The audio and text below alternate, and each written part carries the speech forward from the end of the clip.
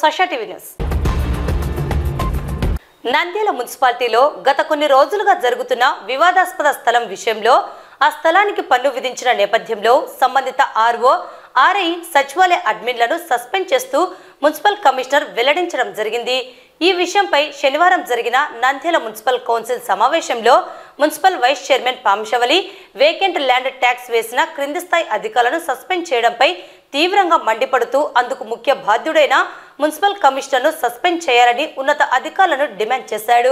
Municipal chairperson Mabunnisa అధ్యక్షతన నిర్వహించిన సమావేశంలో పొందుపరిచిన 7వ అంశంలో తెలిపిన విధంగా పన్ను రద్దు చేస్తూ కౌన్సిల్ ఆమోదం తెలియజేసింది.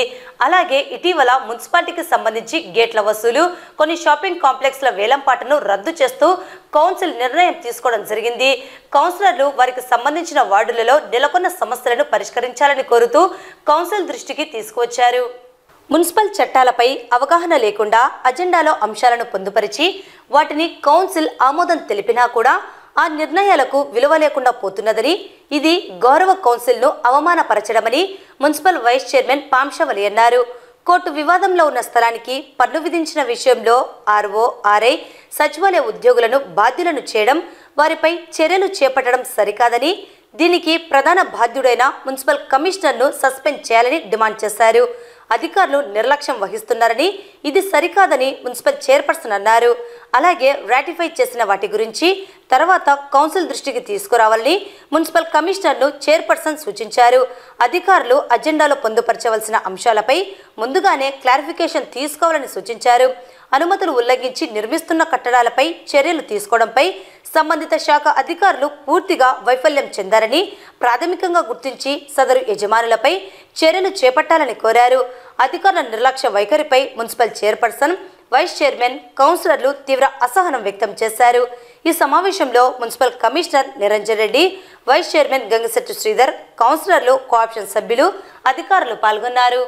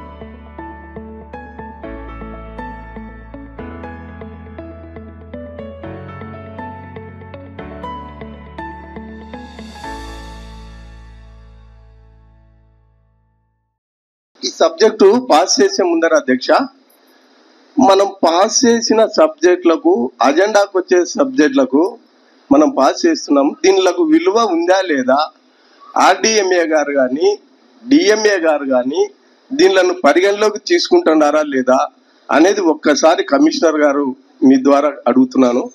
ఇవి పరిగణలోకి తీసుకుంటారు, దీనికి వాల్యూ ఉంది. ఒకసారి కౌన్సిల్లో పాస్ అయినాక ఆ సబ్జెక్టును మేము అమలు పరచాల్సిన ఎంతైనా అవసరం ఉంది అని అన్నప్పుడు మాత్రం పాస్ చేద్దాం అధ్యక్ష.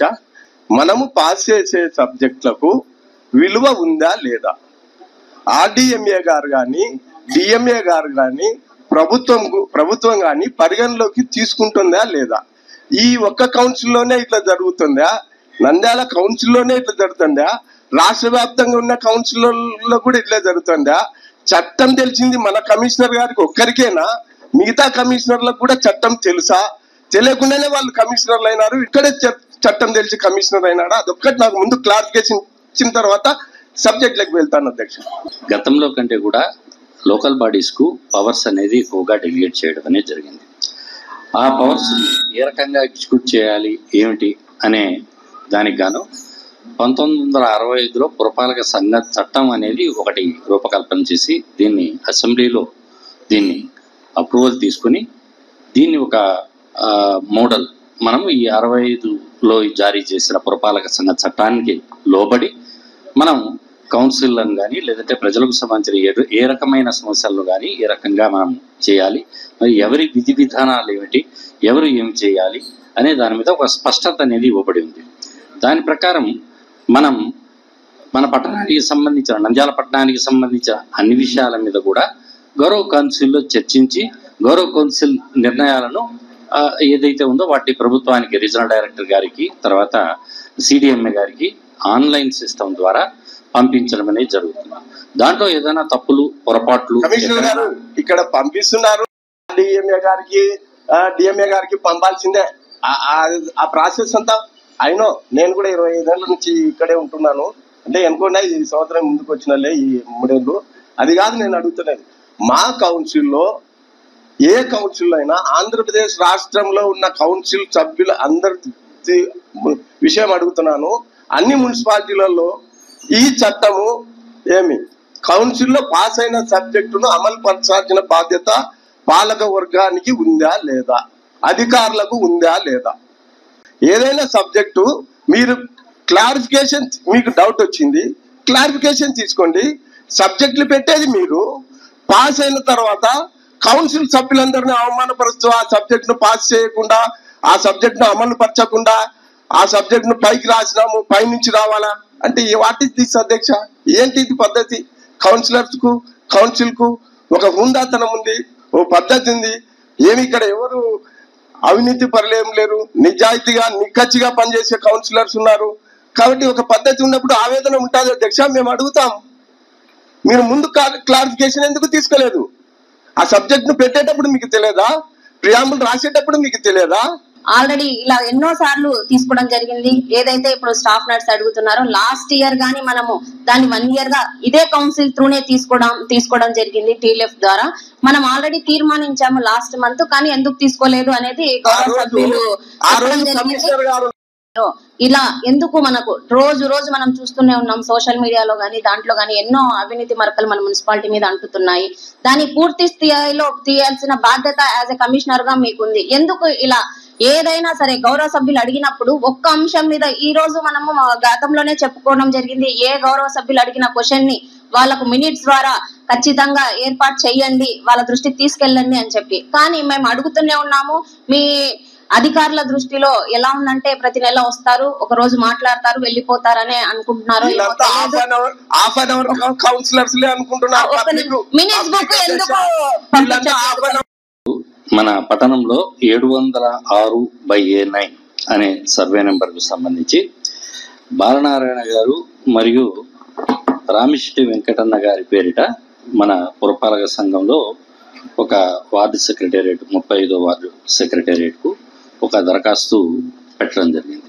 ఆ దరఖాస్తులో ఏమిటంటే ఈ ఖాళీ స్థలం యాజమాన్యం మా మీద ఉండి ఈ యాజమాన్యాన్ని ధృవీకరించి మాకు పన్ను విధించమని చెప్పేసి వాళ్ళు కోరడం జరిగింది.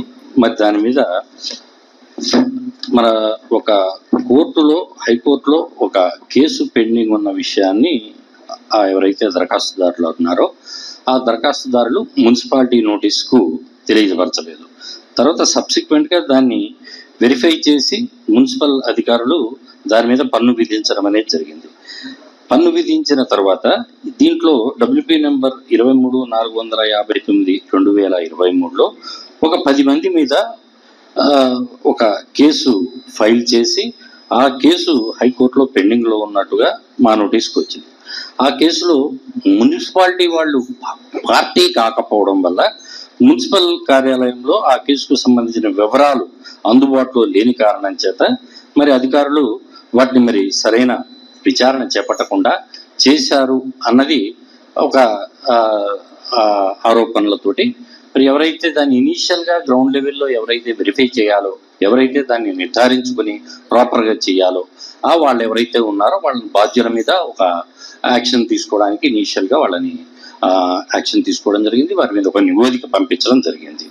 దీంట్లో ఏమిటంటే ఈ 706/A9 అనేది ఒక సర్వే నెంబర్లో, ఈ సర్వే నెంబర్లో ఈ పార్ట్ ఎక్కడ ఉంది? మనము పన్ను విధించడానికి ముందు ఆ 706/A9 అనేది కేవలం 24 సెంట్ల 49 కాదు, ఇంకా చాలా ఉంది.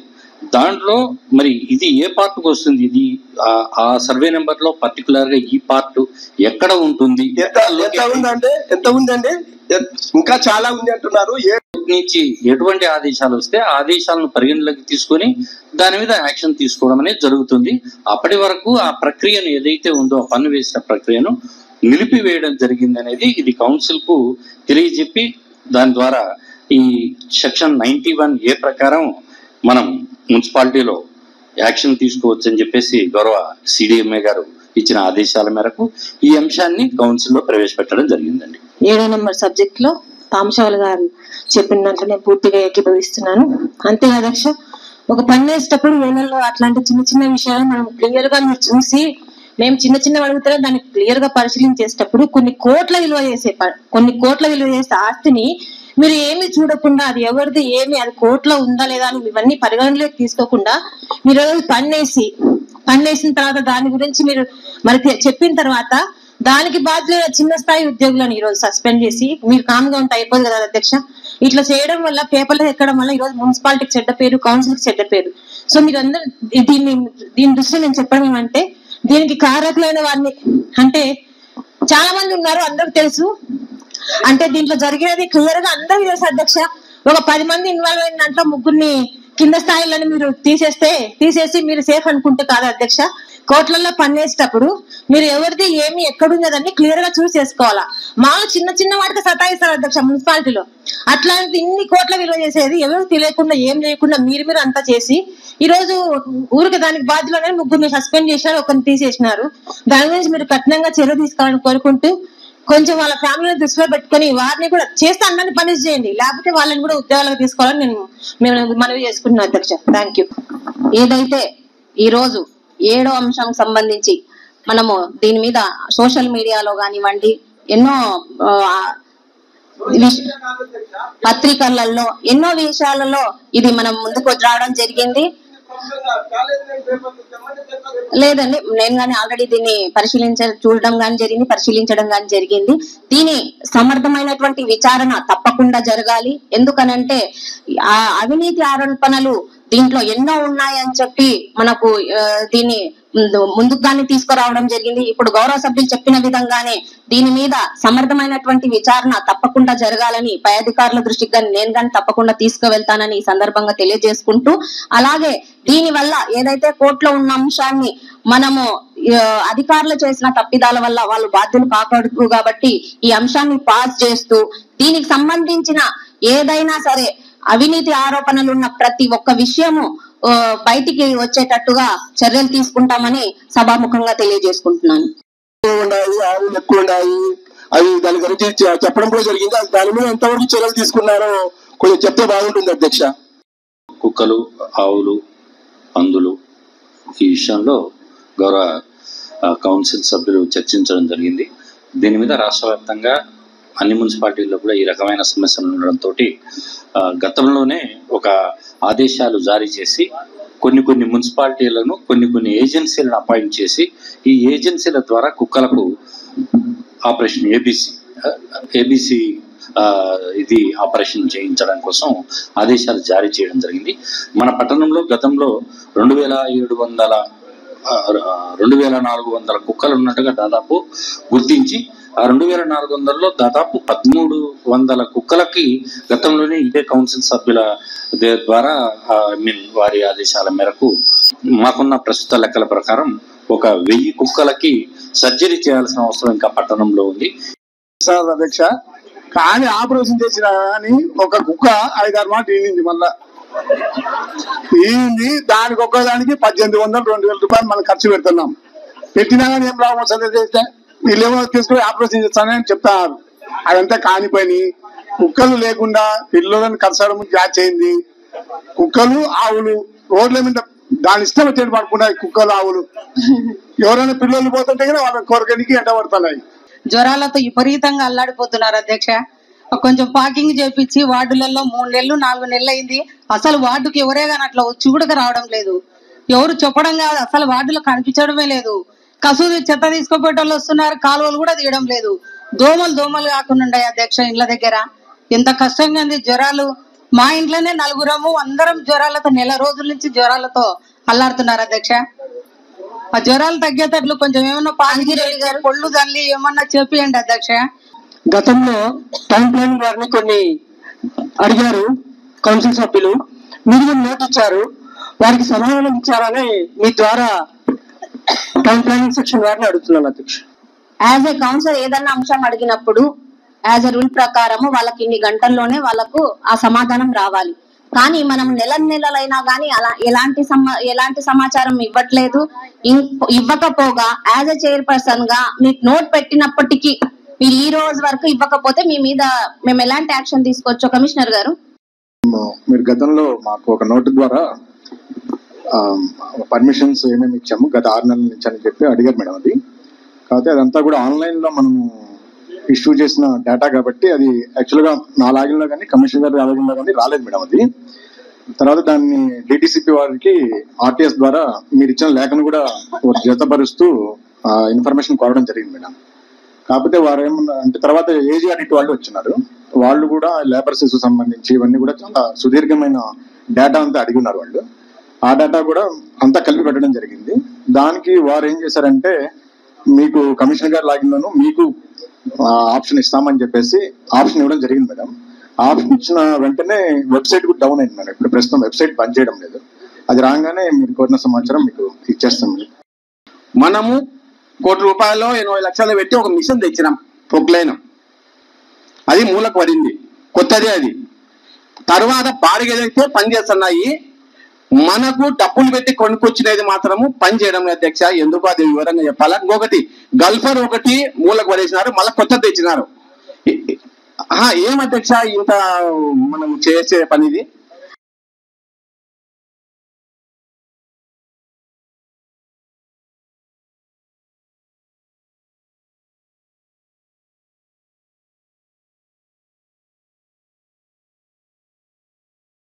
అదేంటి అనేది కానీ మా దృష్టికి కానీ తీసుకొస్తే బాగుంటుందండి. పాతవి ఎందుకు మనము చేయలేకపోతున్నాము? అవి మనం కొత్తవి రావడం మంచిదే, కానీ ఆ కొత్తది వచ్చిందని పాత పక్కన పెట్టాల్సిన అవసరం లేదు కదండి. అవి పాతవి ఏమయ్యాయి? ప్రతి సంవత్సరం ఎప్పటిలాగానే మనం గణేష్ నిమజ్జన మహోత్సవం చేస్తున్నాం మేడం. ఈ నెల 11వ తేదీన, వచ్చే నెల 11వ తేదీన నిమజ్జనం ఉంది. ఎప్పటిలాగానే మరి మా మున్సిపాలిటీ వారు అందరూ ఆ నిమజ్జనానికి కావాల్సిన ఏర్పాట్లను ప్రజలకు ఎటువంటి ఇబ్బంది కలగకుండా ఇంకా బాగా చేయాలని నేను కోరుకుంటున్నాను మేడం. అంతేకాకుండా ఇందాక సార్ చెప్పారు, అది రోడ్లకు అక్కడక్కడ గుంతలు తోగారు madam. Main Atmuru bus stand circle చాలా పెద్దగా ఉంది మేడం. ఎందుకంటే నిమజ్జనం వాహకాలు లోడ్తో వస్తాయి. ఏ గుంతలో ఒక బండి ఇరుక్కున్నా మొత్తం అన్ని బండ్లకు ఇబ్బంది అయిపోతుంది. దానివల్ల చాలా ప్రమాదం. ఖచ్చితంగా వాళ్ళు మీరు ఏం చేస్తారో తెలియదు మేడం. ఖచ్చితంగా ప్రజలకు అసౌకర్యం కలగకుండా దీనికి తగిన పని నాకు చేసి పెట్టాలని కోరుకుంటున్నాను.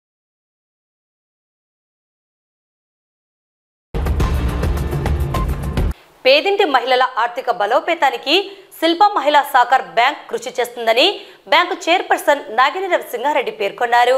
శనివారం శిల్ప సేవా సమితి కార్యాలయంలో 130 మంది మహిళలకు 20 లక్షల రుణాలను వారు అందజేశారు.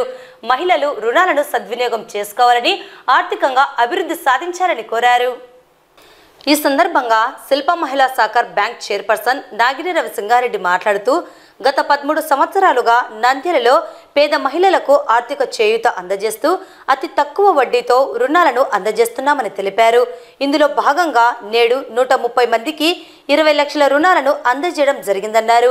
రుణాలను సకాలంలో చెల్లించి మరికొంతమంది మహిళలకు సహకారం అందించాలని, ఆర్థికంగా అభివృద్ధి సాధించాలని కోరారు. ఈ కార్యక్రమంలో శిల్ప సహకార్ మహిళా బ్యాంక్ డైరెక్టర్ పుణ్యమ, మేనేజర్ హరిలీల, సిబ్బంది పాల్గొన్నారు. అందరికీ నమస్కారం. మీ అందరికీ ముందుగా వినాయక చవితి శుభాకాంక్షలు. నంద్యాల పట్టణంలోని శిల్ప మహిళా సహకార్ ద్వారా ఈరోజు దాదాపు 130 మంది మహిళలకి 20 లక్షల రూపాయలు రుణాలు ఇవ్వడం జరిగింది. నంద్యాల పట్టణంలోని మహిళలందరూ ఆర్థికంగా బలోపేతం అవ్వాలని, మా సేవలన్నీ కూడా స్వీకరించాలని కోరుకుంటున్నాను. యథావిధిగా ఈరోజు శిల్పా మహిళా సహకార్ తరపున 131 మందికి 19,76,000 రూపాయలు రుణాలు పంపిణీ చేయడం జరిగింది. కాబట్టి మహిళలందరూ ఈ రుణాలను సద్వినియోగం చేసుకుని వారు అభివృద్ధి చెందాలని చెప్పేసి మహిళా సహకార్ ద్వారా కోరుకుంటున్నాం. ధన్యవాదాలు. నంద్యాల తాలూకా పోలీస్ స్టేషన్ పరిధిలో జరిగిన 2 దొంగతనం కేసులలో ముద్దాయిలను పోలీసులు అరెస్ట్ చేయడం జరిగింది. ఈ మేరకు నంద్యాల డీఎస్పీ యుగంధర్ బాబు ఆధ్వర్యంలో మీడియా సమావేశం నిర్వహించి వారి వివరాలను వెల్లడించారు. నంద్యాల తాలూకా పరిధిలోని సాయిజిత్ కాలనీ, రెడ్డిస్ కాలనీలలో జరిగిన దొంగతనం కేసులలో 3 ముద్దాయిలైన గల్లా మహేంద్ర, షేక్ మస్తాన్, పౌల్రాజ్ ఆంటోనీలను అరెస్టు చేశామని డీఎస్పీ తెలిపారు. మరో 2 అరెస్టు చేయవలసి ఉందని అన్నారు. అరెస్టు కాబడిన వారి వద్ద నుండి ఇండియన్ పాస్పోర్ట్, 2 సెల్ ఫోన్లు, 1,50,000 నగదు, బంగారు ఆభరణాలు, వాటి విలువ 4,22,000 రూపాయలు ఉంటుందని వాటిని స్వాధీనం చేసుకోవడం జరిగిందని చెప్పారు. ఈ సమావేశంలో తాలూకా సిఐ అస్సార్ బాషా, ఇస్మాయిల్ బాషా, సిసిఎస్ సిఏలు సురేష్ బాబు, నిరంజన్ రెడ్డి, మోహన్ రెడ్డి, ఎస్ఐ గంగయ్య యాదవ్ సిబ్బంది పాల్గొన్నారు.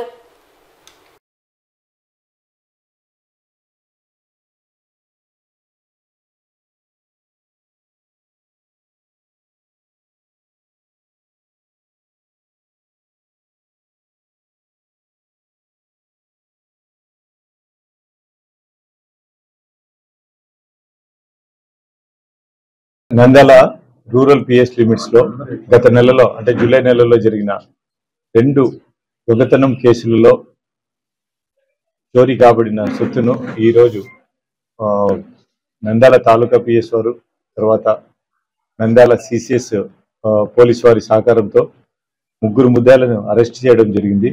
వీళ్ళు గతంలో 138 అనే క్రైమ్ నెంబరు, 139 అనే క్రైమ్ నెంబరు, ఇక్కడే సంపత్, తర్వాత భోగిశెట్టి రాజేష్ అనే ఇంట్లో దొంగతనం చేయడం జరిగింది. 5 మంది కలిసి. దాంట్లో భాగంగా 3 ముద్దాయిలను ఈరోజు అరెస్ట్ చేయడం జరిగింది. ఈ 3 ముద్దాయిలు కూడా దీంట్లో గల్లా హేమచంద్ర అనే అతని మీద 55 కేసులు ఉన్నాయండి. ఇతరు inter state plus inter district criminal. ఇతను నేటివ్ వచ్చి చిత్తూరు జిల్లా సవనంపల్లి. ఇతను ఎలక్ట్రీషియన్ గా జీవితం ప్రారంభించి చిన్న చిన్న దొంగతనాలకు అలవాటు పడి వాళ్ళ ఇంటి నుంచి వాళ్ళ నాన్న వాళ్ళ చేత ఇంట్లో నుంచి తరిమివేయబడి ఈ దొంగతనాలకు అలవాటు పడి తర్వాత జైళ్ళలో కూడా పరిచయాలు పెంచుకొని వాళ్ళతో కూడా దొంగతనాలు చేస్తూ ఇప్పటి వరకు వాని మీద ట్రేస్ అయిన కేసులు 55 కేసులు అండి. 55 కేసుల్లో ఇతను ముద్దాయిగా ఉన్నాడు. తను చెడిపోయేది కాక జైల్లో పరిచయమైన వివిధ కేసుల్లో పరిచయమైన మిగతా ముద్దాయిలను కూడా థెఫ్ట్ కింద కన్వర్ట్ చేసుకొని దాంట్లో భాగంగా షేక్ మస్తాన్ అలియాస్ బ్రూటన్ మస్తాన్ అని 25 ఇయర్స్ ఇతను నేటివ్ ఆఫ్ పుత్తూరు, ప్రస్తుతం తిరుపతిలో ఉంటున్నాడు. ఇతను కూడా అతనితో పాటు కలిసి 18 కేసుల్లో ముద్దాయిగా ఉంటున్నాడు. ఇతను తనతో పాటు అంటోనీ ఆల్బర్ట్ అని బెంగళూరు, తర్వాత మోనీష్ కుమార్, సునీల్ కుమార్ అనే 3 బెంగళూరు సంబంధించిన వాళ్ళతో కూడా వీళ్ళు పరిచయం పెంచుకొని మొత్తం 5 మంది టీమ్గా ఫామ్ అయ్యి ఈ దొంగతనాలు చేయడం జరుగుతుందండి. వీళ్ళు మామూలుగా అయితే ఈ క్రిమినల్స్ ఎట్లుంటారంటే ఒక నేరం చేసిన వాళ్ళు అదే టైప్ ఆఫ్ నేరం చేస్తాడు. కానీ ఈ గల్లా హేమచంద్ర అనే వ్యక్తి ఒక టైప్ ఆఫ్ ఎంఓ క్రిమినల్ కాదండి. మోటార్ సైకిల్ చేస్తున్నారు, ఎన్డీపీఎస్ చేస్తున్నారు, ఇళ్లలో దొంగతనం చేస్తున్నాడు, డిహెచ్పీ చేస్తున్నాడు, రాబరీ చేస్తున్నాడు, డెకాటిక్స్ చేస్తున్నాడు. ఈ టైప్ ఆఫ్ నేరాలు చెయ్యడు అనుకోకుండా అన్ని నేరాల్లో ఇతనికి సంబంధం ఉందండి. ఇతన్ని ఈరోజు మా తాలూకా పోలీసులు అరెస్ట్ చేయడం జరిగింది. అదే రకంగా మిగతా వాళ్ళు కూడా 18 కేసులు, బ్రూటన్ మస్తాన్ అనే 18 కేసులు, ఆంటోనీ ఆల్బర్ట్ అనే 7 కేసులు రిపోర్ట్ అవ్వడం జరిగింది. దీంట్లో మొదటగా 138 కేసులో పాస్పోర్టు, క్యాషు, తర్వాత గోల్డ్, ఈ రకమైన ఆర్నమెంట్స్ టోటల్ వచ్చి 2 కేసులు కలిపి 7,60,000 ప్రాపర్టీ లాస్ట్ అయిందండి. ఈరోజు మా వాళ్ళని అరెస్ట్ చేసి ఈరోజు ఉదయం 4,22,000 రూపాయల వరకు ప్రాపర్టీ రికవర్ చేయడం జరిగింది. వీళ్ళని ఇక్కడ మా సిసిఎస్ వాళ్ళు, నంద్యాల రూరల్ పోలీస్ వాళ్ళు అరెస్ట్ చేయడం జరిగింది. దీంట్లో భాగంగా మేము చెప్పదలుచుకున్నది ఏమంటే ఈ రకమైన యువత చెడు అలవాట్లకు బానిసలయ్యి ఇంట్లో కూడా నిరాదరణకు గురి అయ్యి దొంగతనాలు చేసుకుంటూ వాళ్ళ జీవితాలను నాశనం చేసుకుంటున్నామండి. దయచేసి తల్లిదండ్రులు వాళ్ళ మీద ఏ ప్రవర్తనతో వెలుగుతున్నారో చూసుకొని, అందరూ 20 నుంచి స్టార్ట్ అయినారు వీళ్ళ జీవిత చరిత్ర. క్రైమ్ హిస్టరీ అంతా 20 ఏళ్ళ నుంచి స్టార్ట్ అయింది. 57 కేసుల్లో ఇతను ట్రయల్ కేసెస్లో ఎదుర్కోవాల్సి వస్తుంది. వీళ్ళందరి మీద కూడా నేరాన్ని పరిశీలించి వాళ్ళ మీద పీడీ యాక్ట్ కూడా పెట్టడం జరుగుతుందండి. వాళ్ళ దీంట్లో ఇంకా ఇద్దరు మానిష్ కుమార్ అండ్ సునీల్ కుమార్ అనే ఇద్దరు ఉన్నారండి కడప సెంట్రల్ జైల్లో. వాళ్ళు కూడా ఈ కేసులో పీటీ వారెన్స్ తీసుకొని వాళ్ళని కూడా తీసుకుని వచ్చి ఇంట్రాగేషన్ చేసి వాళ్ళ దగ్గర నుంచి ప్రాపర్టీ రికవర్ చేయడం అవసరం ఉందండి, చేయాల్సి వస్తుంటుంది. ఈ కేసులో భాగంగా అందరినీ ఈరోజు ఎస్పీ గారు పోలీస్ వారిని అభినందించడం జరిగిందండి. వీళ్ళు మా తరపున కూడా పోలీస్ వారు ఇది, ఎందుకంటే ఇప్పటికి కూడా ఇంకా 7-8 కేసుల్లో వాళ్ళ మీద అరెస్ట్ పెండింగ్ ఉన్నాయండి. అందరూ 4 జిల్లాల పోలీసులు తిరుగుతున్నారు వీళ్ళ గురించి. అయినా దీంట్లో మా వాళ్ళు దీంట్లో గెలుపు సాధించినందువలన మేము ప్రత్యేకంగా మా ఎస్పీ గారు మేము వాళ్ళని అభినందిస్తున్నాము. ఇందు మూలంగా ఎందుకు చెప్తున్నామంటే ఇప్పుడు ఇంతకుముందు అందరూ లోకల్ క్రిమినల్స్ ఉండేటోళ్ళు, దొంగతనాలు జరిగేటివి, మాకు వాళ్ళ మీద కంట్రోల్ ఉండేదండి. ఇప్పుడు ఈ మధ్య హైవే మనకి ఏర్పాటు అయిన తర్వాత ఎక్కడి నుంచి క్రిమినల్స్ వస్తున్నారో, ఎక్కడ దిగుతున్నారో, ఎక్కడ నేరం చేసుకొని వెళ్ళిపోతున్నారో తెలియట్లేదు. కాలనీస్ కూడా నంద్యాలలో విపరీతంగా స్ప్రెడ్ అయిపోయినాయి. 5 ఇండ్లు 10 ఇండ్లు 20 ఇండ్లు కూడా కట్టుకోవడం జరుగుతుంది. వాళ్ళందరికీ తెలియజేయడం ఏమనగా మీరు కూడా సెక్యూరిటీని ఇంప్రూవ్ చేసుకోండి, సీసీ కెమెరాలు పెట్టుకోండి, అదే రకంగా ప్రైవేట్ సెక్యూరిటీ వీలైతే పెట్టుకోండి. పోలీసు వారికి సహకరించి ఏదన్నా గ్రామం వదిలిపెట్టిపోయేటప్పుడు కానీ ఊర్లో వదిలిపెట్టిపోయేటప్పుడు కానీ మాకు ఇన్ఫర్మేషన్ చెప్తే మేము ప్రత్యేకంగా గస్తీ పెట్టడం జరుగుతుంది. పలు దొంగతనాల్లో ముద్దాయిగా ఉన్న వినయ్ కుమార్ అనే వ్యక్తిని నంద్యాల తాలూకా పోలీసులు అరెస్టు చేసి అతని వద్ద నుండి 12 గ్రాముల బంగారు నగలను స్వాధీనం చేసుకుని రిమాండ్కు పంపడం జరిగిందని నంద్యాల డీఎస్పీ యుగంధర్ బాబు తెలిపారు. ఈ మేరకు వారు మీడియాకు దొంగతనం కేసుకు సంబంధించిన వివరాలను వెల్లడించారు. డీఎస్పీ మాట్లాడుతూ 2023 నుండి పలు దొంగతనాల కేసులలో ముద్దాయిగా ఉన్న 4గురిని గతంలోనే అరెస్టు చేయడం జరిగిందని, అయితే ఈ కేసులలో ముద్దాయి అయిన నవీన్ పరారీలో ఉన్నాడని, అతనిని నంద్యాల తాలూకా పోలీసులు అరెస్టు చేయడం జరిగిందన్నారు. అలాగే నంద్యాల పట్టణంలో వాకింగ్కు వెళ్లే మహిళలు చైన్ స్నాచర్తో అప్రమత్తంగా ఉండాలని సూచించారు. తెల్లవారుజామున వాకింగ్కు, యోగాకు వెళ్లే మహిళలు బంగారు ఆభరణాలు ధరించి వెళ్లారాదని, నిర్దేశించిన ప్రాంతాలలో పార్కులు, స్కూల్స్, కళాశాలలోని మైదానాలను ఎంచుకోవాలని సూచించారు.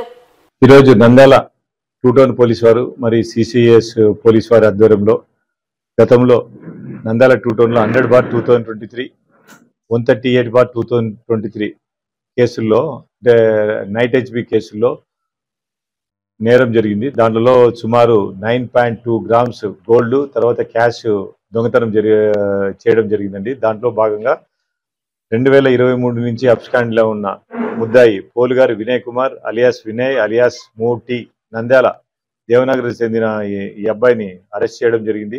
ఈ ముద్దాయిని గతంలో ఈ కేసులో సంబంధించిన పండిట్ ఉత్కర్ష్, పసుపులేటి మహేంద్ర, కందుకూరి హేమంతులను కూడా గతంలో అరెస్ట్ చేయడం జరిగింది. అప్పటి నుంచి కూడా ఈ ముద్దాయి అబ్స్కాండింగ్ లో ఉన్నాడు, పరారీలో. గతంలో అరెస్ట్ చేసిన 4 ముద్దాయిల దగ్గర నుంచి సుమారు 8 తులాల బంగారు రికవరీ చేయడం జరిగింది. ఇప్పుడు ఈ ముద్దాయి దగ్గర నుంచి రిమైనింగ్ 12 గ్రాముల బంగారు కూడా రికవర్ చేయడం జరిగిందండి. ఈ ముద్దాయిని ఈరోజు రిమాండ్ పంపించడం జరుగుతుంది. వీళ్ళు కూడా క్రైమ్ హిస్టరీ ఉందండి. వీళ్ళు కూడా వివిధ దొంగతనాల కేసుల్లో ముద్దాయిలుగా ఉంటున్నారు. వీళ్ళందరి మీద షీట్లు ఓపెన్ చేయడం జరుగుతుంది.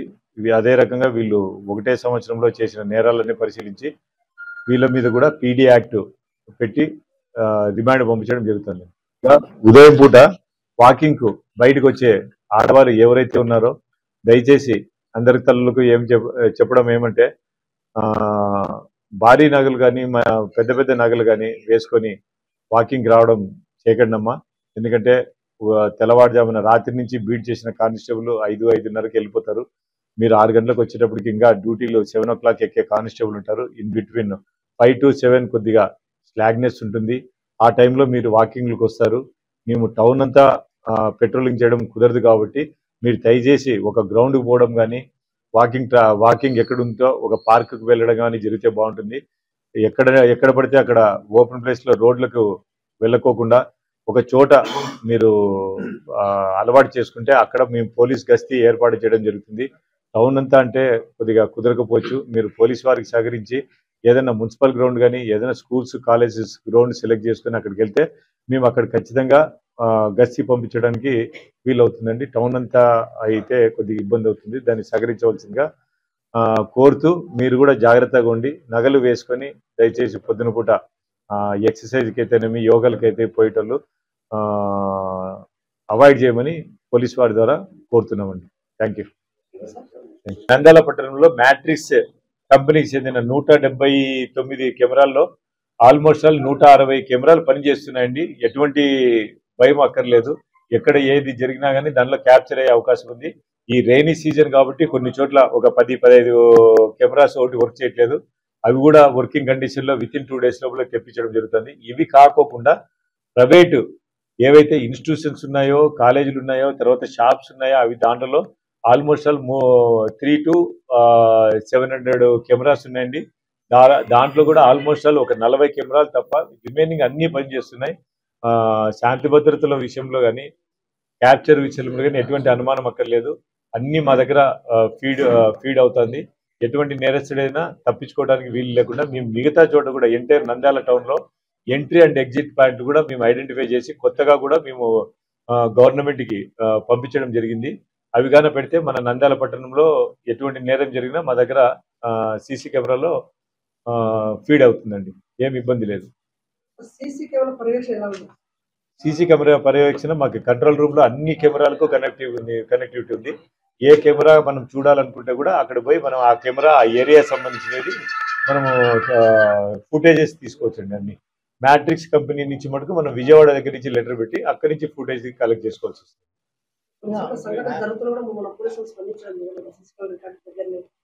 ఇప్పుడు మటుకు మనకి అంతకుముందు గతంలో ఎట్లుందో తెలియదండి. మేము వచ్చిన తర్వాత 100 కాల్కి వస్తే వితిన్ అంతకుముందు 25 minutes, హాఫ్ అన్ అవర్ అయ్యేదండి. ఇప్పుడు వితిన్ 10 minutes మేము పెట్టుకున్నాం టార్గెట్. 100 కాల్ వస్తే 10 minutes లోపల సీన్ లో ఉండేటట్టు ఎంత దూరమైనా కానీ అక్కడ పోయి ఆ సమస్యను పరిష్కరించి అక్కడి నుంచి మాకు ఫోటోలు అప్లోడ్ చేయడం కానీ లేదంటే ఆ కంప్లైంట్ని తీసుకుని వచ్చి అతని ద్వారా కేసు కట్టించడం కానీ జరుగుతూ ఉంది. దీంట్లో ప్రజలు ఎటువంటి భయాందోళన గురి కావాల్సిన అవసరం లేదండి. ఇప్పుడు పోలీసు క్విక్ యాక్షన్ అయితే ఉందండి. ఈ వార్తలు ఇంతటితో సమాప్తం. నమస్కారం.